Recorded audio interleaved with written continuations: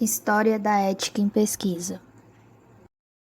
Antes de começar a falar sobre a história da ética em pesquisa, vamos conversar sobre alguns conceitos? Vamos falar sobre o que é ética e o que é pesquisa? Segundo Cortella, a ética é o que marca a fronteira da nossa convivência. É aquela perspectiva para olharmos os nossos princípios e os nossos valores para existirmos juntos. É o conjunto de seus princípios e valores que orientam a minha conduta. Ética é o conjunto de valores e princípios que usamos para responder às três grandes questões da vida: quero, devo, posso. E lembrando sempre que nem tudo que eu quero eu posso, nem tudo que eu posso eu devo e nem tudo que eu devo eu quero. E existe diferença entre ética e moral? Bom, as duas estão entrelaçadas. A moral é entendida como um conjunto de normas para o agir específico ou concreto. Assim, constitui-se de valores e preceitos ligados aos grupos sociais e às diferentes culturas, determinando o que é ou não aceito por este grupo como bom ou correto. Já a ética é a reflexão sobre a moral. Continuando com os conceitos, Gil define pesquisa como um procedimento racional e sistemático que tem como objetivo proporcionar respostas aos problemas que são propostos. A pesquisa se desenvolve por um processo constituído de várias fases, desde a formulação do problema até a apresentação e discussão dos resultados. O autor Délio José Kipper expõe que, ao refletir sobre a questão dos valores, o lado filosófico e pesquisador teve que lidar com a ética. Queremos mostrar para você uma breve história da pesquisa e convidamos você a fazer a pergunta: e a ética? No século XVI, Galileu instaurou o modelo mecanicista, experimentalista e matemático que marcaria o nascimento da ciência moderna, com influência em todas as ciências. E Francis Bacon foi um dos fundadores do método indutivo de investigação científica, o qual estava baseado no empirismo. Seus estudos contribuíram para a história da ciência moderna. Para ele, o progresso do conhecimento significaria o progresso do homem. Por isso, sua famosa frase, saber é poder. Já André Vesalius é considerado o pai da anatomia moderna, por ter libertado o conhecimento do corpo humano das concepções estritamente especulativas herdadas da antiguidade. Surgiu, portanto, com ele a ciência médica com base na observação e na dissecção. Vesalius estudou a anatomia humana por meio de cadáver, mesmo sendo considerado um sacrilégio. Utilizou corpos de condenados para efetuar as investigações que lhe permitiram publicar um tratado de Humanis Corporis Fabrica, em 1543. Cientistas como Harvey, Hallis e Hooke desenvolveram seus estudos no auge da pesquisa experimental em animais não humanos. Nessa época, surgiu uma maior reflexão ética sobre as formas de controvérsias entre os vivisseccionistas, os cientistas que dissecavam um animal vivo com o propósito de realizar estudos de natureza anatomo-fisiológica, e os opositores a essas práticas. Mas somente no século XIX criaram-se as primeiras sociedades de proteção aos animais. Segundo Faria, os experimentos científicos fizeram e fazem parte de nossa história. A utilização do homem pelo próprio homem na busca pelas novas descobertas e novos conceitos científicos não é recente, data do século XVIII. O início sistemático dos experimentos nos quais se utilizavam seres humanos, sendo os filhos e os servos dos filhos as cobaias mais utilizadas. Também crianças órfãs e abandonadas eram utilizadas em pesquisas médicas. Como exemplos da autoexperimentação, temos Sertner, que estuda em si mesmo os efeitos da morfina, Hunter, que auto-inocula material extraído de um cancro luético, Dave, que inala óxido nitroso para conhecer suas propriedades, Ausias, que se vacina com baixas doses de materiais sifílicos, e vários outros cientistas. Em 1798, ao observar que pessoas que ordenhavam vacas não contraíam a varíola, desde que tivessem adquirido a forma animal da doença, Jenner decidiu tentar um novo experimento. Um experimento potencialmente fatal e em uma criança. ele extraiu o pus da mão de uma ordenhadora que havia contraído a varíola bovina e o inoculou em um menino saudável de 8 anos de idade. O menino contraiu a doença de forma branda e logo ficou curado. Alguns meses depois, Jenner inoculou no mesmo menino um líquido extraído de uma pústula de varíola humana, e a criança não contraiu a doença, o que significa que estava imune à varíola. Já em 1838, Beaumont publicou um artigo sobre digestão dos alimentos baseados nos estudos que ele fez em Alex St. Martin. Durante 8 anos, ele fez mais de 200 experimentos com o paciente. A relação que Beaumont estabeleceu com seu paciente recebeu críticas por questões éticas e foi classificada como a parceria mais estranha da medicina. Beaumont havia prometido fechar o buraco no estômago de St. Martin, mas nunca o fez.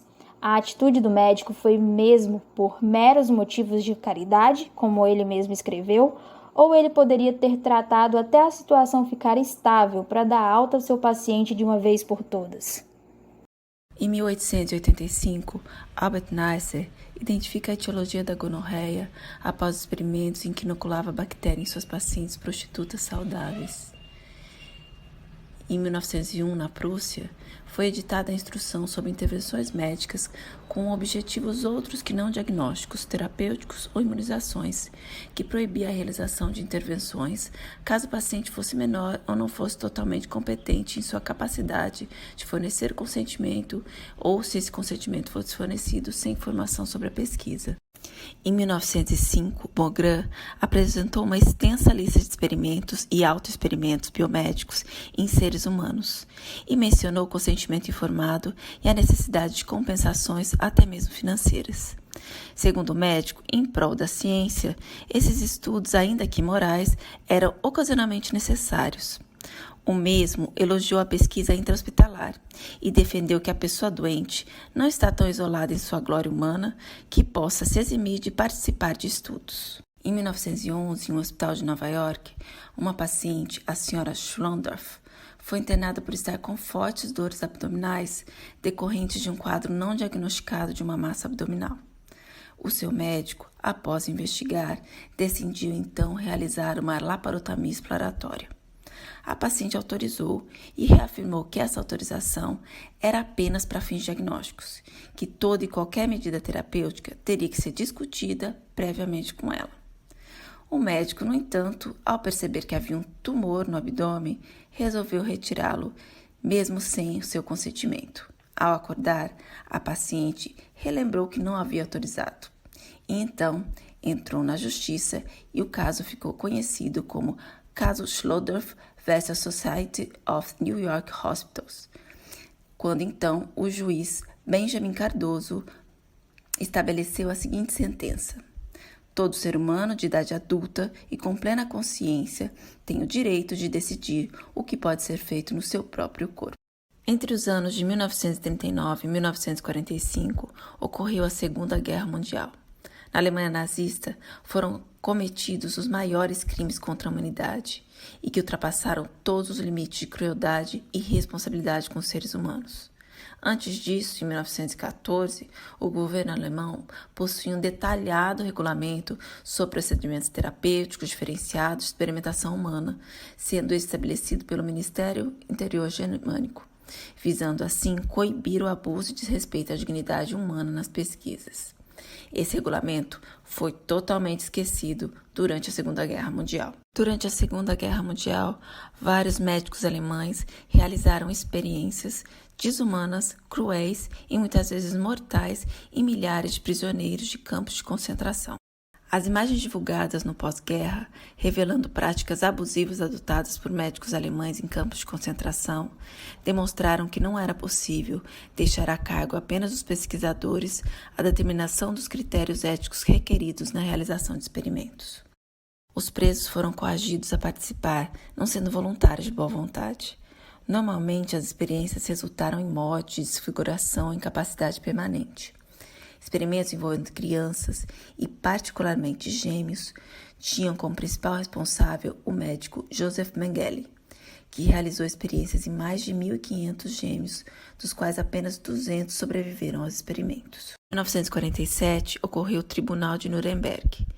23 pessoas foram julgadas pelos brutais experimentos realizados em seres humanos. Neste mesmo ano, em agosto, o tribunal divulgou as sentenças, além de um documento que ficou conhecido como Código de Nuremberg. As pessoas que elaboraram esse código estavam imbuídas de uma autoestima pela autonomia individual.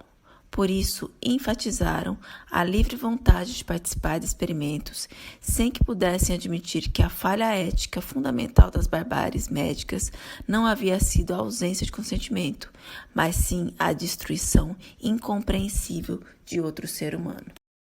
Durante o julgamento, os acusados alegaram falta de legislação sobre experimentos humanos. Uma das conclusões em que os julgadores chegaram é que a ética em pesquisa não fica suficientemente presente com o consentimento livre, esclarecido e robusto, sendo necessário, além disso, assegurar uma sociedade respeitosa dos direitos humanos. O Código de Nuremberg foi considerado o primeiro documento internacional sobre ética e pesquisa. Esse documento continha recomendações sobre os aspectos que deveriam nortear a realização de investigações com seres humanos, reforçando a necessidade de fase pré-clínica antes de testes em seres humanos e a importância de consentimento de ser de forma voluntária e essencial para a inclusão do indivíduo na pesquisa. Em 1964, as deliberações da Associação Médica Mundial culminaram com a Declaração de Helsinki, inaugurando a análise acadêmica posteriormente assumida pela bioética da probidade das pesquisas biomédicas. A ênfase do Código de Nuremberg ao consentimento voluntário é mantida na Declaração de Helsinki.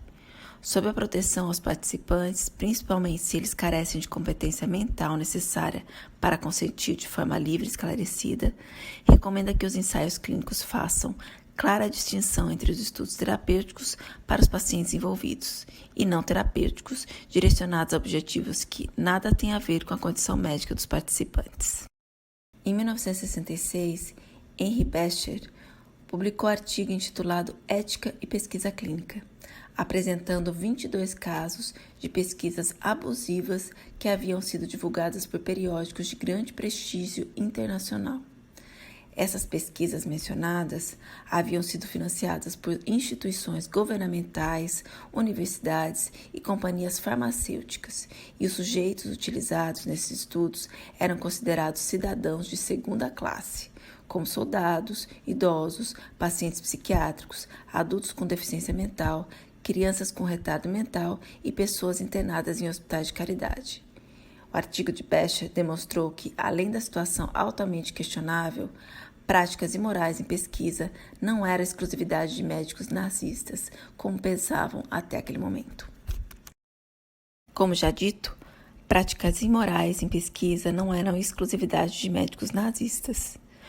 Um exemplo perturbador foi a divulgação do estudo Tuskegee, experimento financiado e conduzido pelo Serviço de Saúde Pública dos Estados Unidos. Nesse estudo, cerca de 400 negros, portadores de sífilis, foram deixados sem tratamento com o objetivo de estudar a evolução natural da doença. A eles foi oferecido apenas placebo, mesmo após o advento da penicilina, e os indivíduos nem mesmo sabiam que faziam parte desse estudo. Diante dessas denúncias e outras que se tornaram públicas, o governo e o parlamento dos Estados Unidos criaram a Comissão Nacional para a Proteção de Sujeitos Humanos em Pesquisas Biomédicas e Comportamentais, com o objetivo de definir os princípios éticos norteadores da condução de pesquisas envolvendo seres humanos.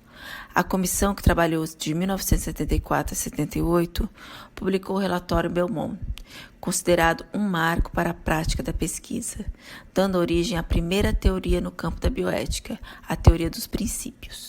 O relatório de Belmont estabelecia os princípios e diretrizes éticas para as pesquisas envolvendo seres humanos, que eram respeito pelas pessoas, com a formulação e obtenção de consentimento livre e esclarecido, beneficência, com a garantia de segurança e bem-estar aos participantes por meio da avaliação criteriosa da relação risco-benefício, e a justiça, no sentido de equidade, com a possibilidade de igual acesso à participação nos estudos e distribuição de resultados.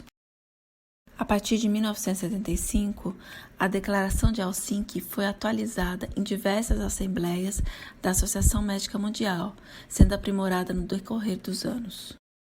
Em relação às atualizações realizadas na Declaração de Helsinki, ela reforça o caráter fundamental de consentimento livre e esclarecido, institui a necessidade de criar comitês de ética em pesquisa e aborda a questão dos placebos usados em pesquisa nos países em desenvolvimento. Além disso, aconselha a não publicar trabalhos de proveniência eticamente objetável. E no Brasil, como foi esse processo? Em 1988, houve a criação do Código de Ética Médica, e nesse Código de Ética foi inclusos 7 artigos relacionados à pesquisa médica. Isso se deve principalmente pelo mercado farmacêutico. Logo, o Conselho Nacional de Saúde criou a Resolução 1 de 1988 e propôs a criação dos comitês de ética em pesquisa em todas as instituições que realizassem pesquisas na área da saúde. E em 1996, criou a Resolução 196 de 96 do Conselho Nacional de Saúde, denominada Diretrizes e Normas Regulamentadoras de Pesquisa envolvendo seres humanos. Essa foi a primeira resolução relacionada à pesquisa. E em 2008, a Anvisa criou a Resolução 39. A mesma regulamenta a pesquisa clínica em seres humanos em todo o território nacional e possui a finalidade de promover a proteção da saúde da população por intermédio do controle sanitário da produção e da comercialização de produtos e serviços submetidos à vigilância sanitária. E em 2012, o Conselho Nacional de Saúde criou a Resolução 466, que é a resolução que nos orienta até hoje em relação às pesquisas com seres humanos. Nessa resolução, estabelece as diretrizes e normas regulamentadoras de pesquisas envolvendo seres humanos, orientando o funcionamento dos comitês de ética em pesquisa e também a Comissão Nacional de Ética em Pesquisa. Hoje, o sistema brasileiro consta com mais de 500 comitês de ética em todo o país. A Resolução 466 de 2012 divide em parte reguladora ou legal e em diretriz normalizadora. A parte reguladora ou legal orienta sobre os processos legais e pode gerar processos civis e criminais contra o pesquisador, caso esse descumpra a regulação. E a diretriz normalizadoras orienta os processos e os procedimentos, os cuidados que devem ser seguidos durante a pesquisa. A Resolução 466, ela traz normas a ser seguidas, como a garantia de que danos previsíveis serão evitados, obter o consentimento livre e esclarecido do participante ou do seu representante legal, assegurar aos participantes da pesquisa o benefício que os resultados serão apresentados a eles e também mostrar que toda pesquisa ela envolve risco e que esses riscos devem ser minimizados. A Resolução 466 também traz a responsabilidade do pesquisador. Essa responsabilidade do pesquisador é indelegável e indeclinável e compreende os aspectos éticos e legais da pesquisa. O mesmo deve apresentar o protocolo devidamente instruído ao CEP ou ao CONEP, aguardar essa aprovação ética para depois iniciar a pesquisa. O mesmo deve elaborar o termo de consentimento livre e esclarecido, desenvolver o projeto conforme delineado, elaborar e apresentar o relatório parcial e final ao CEP ou ao CONEP. Em 2016, foi criada a Resolução 510.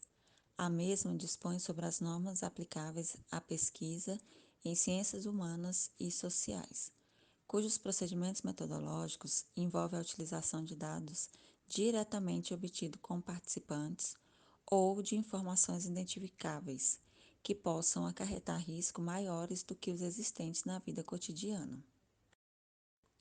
Em março de 2018, foi criada a Resolução 580. Essa resolução complementa a Resolução 466 de dezembro de 2012, pois ela traz a especificidade ética das pesquisas que são de interesse no SUS. Então, essa resolução ela aborda todos os critérios de como deve ocorrer a pesquisa no SUS. Os códigos de ética profissionais também trazem artigos que norteiam a conduta dos profissionais diante de uma pesquisa. Entre eles estão o Código de Ética de Medicina, o Código de Ética de Enfermagem e o Código de Ética de Farmácia.